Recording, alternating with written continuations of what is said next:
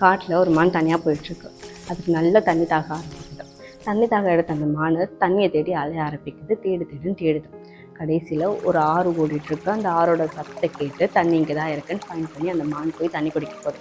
தண்ணி குடிக்கலான்னு போகிற அப்போது அது பக்கத்தில் ஒரு ஹண்டர் நின்றுட்டுருக்கான். கரெக்டாக அந்த மானை எய்ம் பண்ணி இந்த சைடு ஹண்டர் இருக்கிறதுனால ரைட் சைடு மூவ் பண்ணலான்னு சொல்லிட்டு பார்த்தா அந்த மான் அதை நோக்கியோ கீழே வரத வந்துருச்சு. அது மட்டும் இல்லாமல் எதிர்த்த போல் தப்பிச்சு ஓடிடலான்னு நினச்சிதான். பட் எதிர்க்கையும் அது எதிர்பார்க்காத மாதிரி ஒரு ஃபயர் ஆக்சிடெண்ட் ஆகி காட்டே பற்றிட்டு ஏறி ஆரம்பிச்சிருச்சு. ஸோ இப்போ இந்த மூமெண்ட்டில் என்ன பண்ணுறதுன்னு யோசிச்சு அந்த மான் இவ்வளோ தூரம் நம்ம தேடி கஷ்டப்பட்டது இந்த தண்ணிக்காக தான்.